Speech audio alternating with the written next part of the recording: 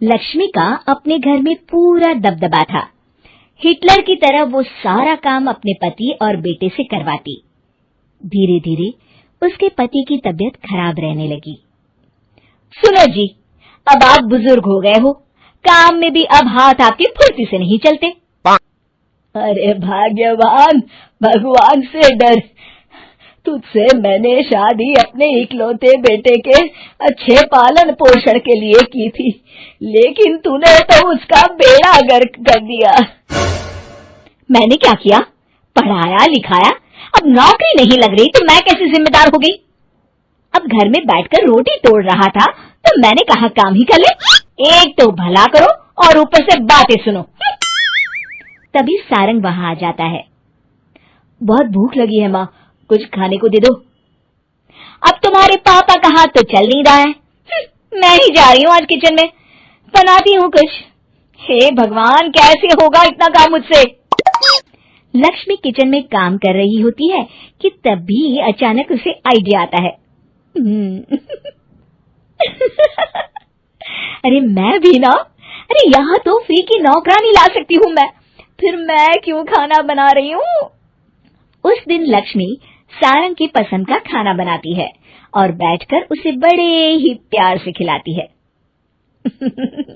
खा ले बेटा, खा ले, पेट भर के खा ले। अरे रुक, मैं तेरे लिए ना गर्मा गर्म रोटियां लाती हूँ। सारंग और उसके पिता एक दूसरे की ओर बड़े ही हैरानी से देखते हैं। बेटा सारंग, जरूर दाल में कुछ काला है, वरना ये औरत तो हमें बासी खाना भी सुकून से ना खाने दे। सुनील की बात लक्ष्मी सुन लेती है और जोर जोर से चिल्लाने लगती है। अरे हाँ, भलाई का तो जमाना ही नहीं रहा। एक तो आग में खुद को जलाकर तुम लोगों के लिए खाना बना रही हूँ और ऊपर से तुम्हें दाल काली लग रही है। अरे माँ, पिताजी का ये मतलब नहीं था, तुम बुरा मत मानो। अरे हाँ बेटा, तू कहता है तो मान लेती हूँ। लक्ष्मी सारंग के पास बड़े ही प्यार से बैठ जाती है और फिर कहती है, बेटा मैंने ना तेरी शादी करने की सोच ली है। अब तेरे पिताजी के हाथ भी नहीं चलते तो सोच रही हूँ तेरे लिए बीवी ले आऊं। अब पता नहीं ना मैं भी कब मर जाऊं।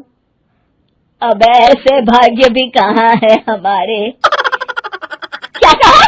अरे हाँ, तुम तो चाहती ही हो कि मैं मर जाऊं, लेकिन मैं अपनी प्यारी बहू का चेहरा देखे बिना नहीं मरूंगी। हाँ माँ, शादी तो मैं कर लूं, लेकिन मैं नौकरी नहीं करता, फिर कोई क्यों देगा मुझे अपनी बेटी? अरे क्यों नहीं देगा बेटी?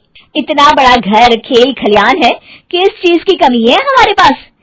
जो आएगी राज करेगी, राज। हम तो ना कर पाए राज, ये बोलो कि एक और नौकर तुम्हारे पास आ जाएगा।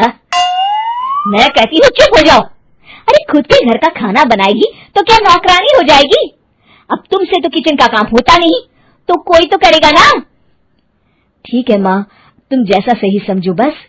अब मेरी एक शर्त है, लड़की जो भी हो वो दिखने में कैसी भी हो या कहीं की भी हो, बस पढ़ी लिखी होनी चाहिए। अरे हाँ, ला देंगे पढ़ी लिखी बेटा, मैंने कौन सा काम करवाना है उससे। हाँ।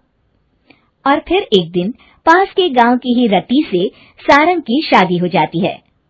रति दिखने में बहुत ही सुंदर थी, साथ ही साथ काफी पढ़ी लिखी थी। रति को लक्ष्मी के सौतेले होने की बात पता नहीं थी।